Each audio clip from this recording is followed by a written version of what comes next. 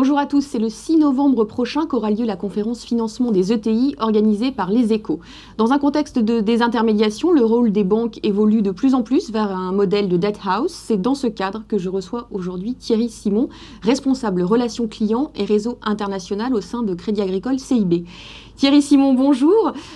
Donc les banques jouent aujourd'hui un rôle assez divers d'accompagnement des entreprises dans leur financement. Il y a plusieurs étages dans la fusée. Comment est-ce que justement ces modalités d'accompagnement se déroulent ? Bonjour Emmanuel. Effectivement, donc les banques, au fil des années, ont mis en place un certain nombre d'outils à la disposition des entreprises pour les accompagner en termes de financement. Et de façon assez simple, je ferai un classement en 3 catégories. La première catégorie, c'est donc les crédits bancaires classiques. Mais ces crédits bancaires classiques vont prendre différentes formes, des formes court terme, des formes moyen terme, des formes syndiquées avec d'autres banques ou des formes bilatérales, en tête-à-tête avec l'entreprise. Donc là, on parle du bas de bilan. On parle de l'ensemble. Du bas de bilan et du haut de bilan où les banques vont faire leur crédit bancaire classique. Et puis après, on a des crédits bancaires qui sont un peu plus structurés. Donc là, qui sont des financements d'actifs, des financements de projets, des financements d'exportation, des financements sur des titres d'entreprise. Donc tout ça contribue au financement de l'entreprise, mais est une catégorie plus structurée, qui demande plus de savoir-faire, je dirais, de la part des banques et qui est adaptée à chaque besoin. Et puis enfin, une troisième catégorie. Donc la troisième catégorie, c'est ce qui est désintermédié sur les marchés. Et donc c'est l'accès à des émissions obligataires, soit des émissions obligataires publiques, soit des émissions obligataires privées. Donc on parlera de placements privés par exemple, ou enfin des titrisations. Donc des mécaniques qui permettent de transformer une dette, par exemple, du cycle d'exploitation de l'entreprise en un outil financier accessible aux investisseurs. Est-ce que, du coup, face à ce foisonnement d'instruments et d'outils, est-ce que cette offre de financement, elle répond à la demande des entreprises et à leurs besoins de financement, quel que soit ce besoin, justement, d'investissement ou de croissance ? Je crois que c'est ça la bonne question. C'est quel que soit le besoin. Et en fait, ce n'est pas quel que soit le besoin. C'est-à-dire que tout dépend du profil de l'entreprise et du besoin de l'entreprise.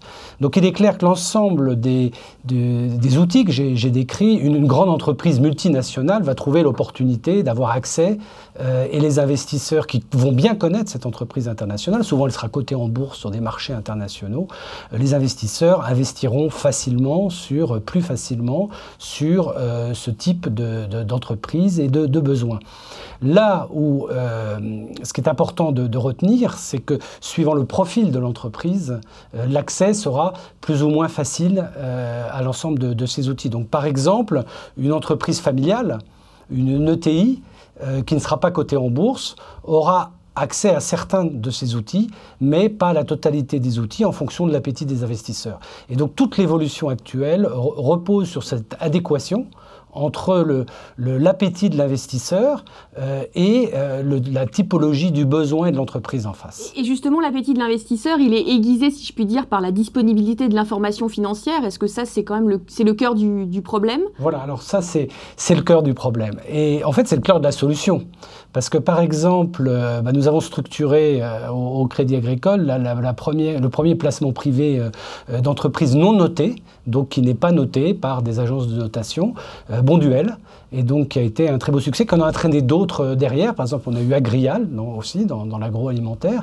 Et donc, ces entreprises ont pu avoir accès à des investisseurs tout en restant dans le domaine du non-coté. Donc, c'était une première et ça permet d'ouvrir de nouveaux horizons aux ETI, en France particulièrement. Et vous croyez justement que ces exemples que vous venez de citer peuvent créer un effet d'entraînement vers d'autres entreprises qui pourront répliquer ce type de solution ? Voilà, donc absolument. Et l'effet d'entraînement n'est pas tant vis-à-vis des entreprises, il est d'abord vis-à-vis des investisseurs, parce qu'il faut entraîner les investisseurs. C'est-à-dire qu'il faut que les investisseurs s'organisent, qu'ils s'organisent pour mieux connaître les entreprises, parce que quand une entreprise est non notée, c'est que personne,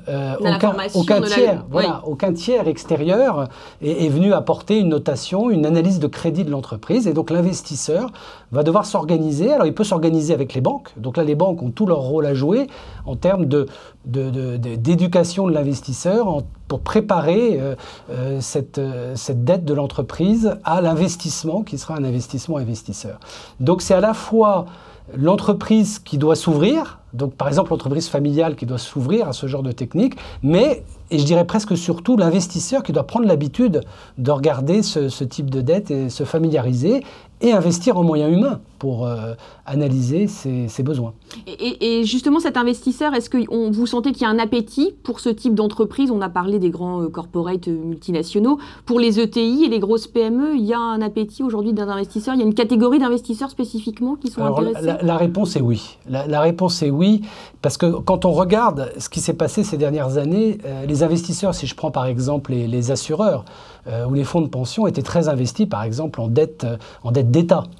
La crise a fait tomber tout le monde sur terre et donc un besoin de diversification de l'investissement. Donc aujourd'hui, nous avons des grands investisseurs institutionnels qui sont ouverts plus que jamais à investir dans l'entreprise. Maintenant, il faut que la régulation les aide, et ce qui est en train d'être fait en ce moment. En ce moment, on a des évolutions de la régulation, par exemple des assureurs, qui va permettre ce type d'investissement. Le financement des entreprises, oui. Il faut en parallèle, comme je l'ai dit, qu'ils s'équipent de moyens humains et qu'en face, l'entreprise, l'ETI, soit prête aussi à s'ouvrir à ce type d'investisseurs. Et là, le banquier va accompagner tout ça et doit accompagner tout ça pour, je dirais, accélérer ce phénomène. Donc ça, c'est les prémices en fait du mouvement de désintermédiation, mais le métier quand même historique et cœur du banquier, c'est le financement en bas de bilan. On entend souvent dans le contexte actuel des critiques qui sont émises envers les banquiers. On dit finalement les robinets sont plus ouverts, vous financez plus les entreprises. Est-ce que vous vous inscrivez en faux contre ce constat? Alors totalement, vous ne serez pas surprise. Mais si vous regardez notre positionnement et notre affichage volontaire dans ce domaine-là, nous nous présentons comme une debt house, comme une maison du crédit, de la solution financière. Le groupe Crédit Agricole, clairement, est là pour financer l'économie et pour accompagner nos clients. Et votre question du bas de bilan est très intéressante parce que déjà, il faut distinguer ce qui relève du haut de bilan et du bas de bilan. C'est-à-dire que souvent, on parle de l'accès au crédit de l'entreprise. Mais l'accès au crédit de l'entreprise, on a deux problématiques totalement différentes. Une problématique de financement de l'investissement, du financement de l'acquisition, et c'est une problématique long terme de l'entreprise qui va rembourser dans le temps ces investissements. Et là, on mettra une dette longue, on mettra une dette obligataire, un crédit bancaire qui sera à 5 ans ou à 7 ans. Et à contrario, si je puis dire, ou en parallèle, l'entreprise a des besoins du cycle d'exploitation. Et d'ailleurs, plutôt que haut et bas de bilan, je préfère l'investissement et le cycle d'exploitation. Et l'entreprise, d'abord, elle va être différente. D'une entreprise à l'autre, le besoin en financement du cycle d'exploitation va être... On parle du BFR. Du BFR, concrètement. Voilà. Oui. Et des entreprises qui vont générer ce qu'on appelle un BFR positif ou un BFR négatif, un besoin ou au contraire pas de besoin. Et donc, à ce moment-là, on a une palette d'outils bien particulière qui peut être du factoring, du financement de créances commerciales, ça peut être de la titrisation de créances commerciales. Et là, on a un gros travail à faire pour donner accès aux ETI à ces techniques de titrisation de créances commerciales qui sont aujourd'hui essentiellement accessibles aux grandes entreprises parce qu'il faut des montants unitaires importants. Donc trouver des plateformes, monter des plateformes. Et donc on travaille d'ailleurs avec l'État, on travaille avec tous les intervenants, les investisseurs, pour trouver des formules de financement du bas de bilan, élargir ces possibilités de financement du bas de bilan. Donc il y a aussi de l'innovation à attendre sur cet étage-là de la fusée. Absolument. Et puis j'ai envie de vous dire que si la banque n'innove pas, ne comprend pas le besoin du client, la banque n'existera plus demain. Donc notre rôle de banquier est de comprendre ce besoin du client et de trouver des solutions sur lesquelles nous allons intervenir. Nous voulons être une debt house, mais nous allons aussi monter des solutions pour aider à des intermédiaires.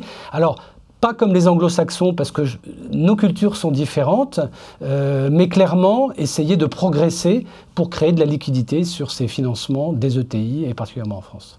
Thierry Simon, merci pour ce panorama. Nous vous retrouverons donc le 6 novembre prochain dans le cadre de la conférence Financement ETI organisée par les Échos. Merci. Merci.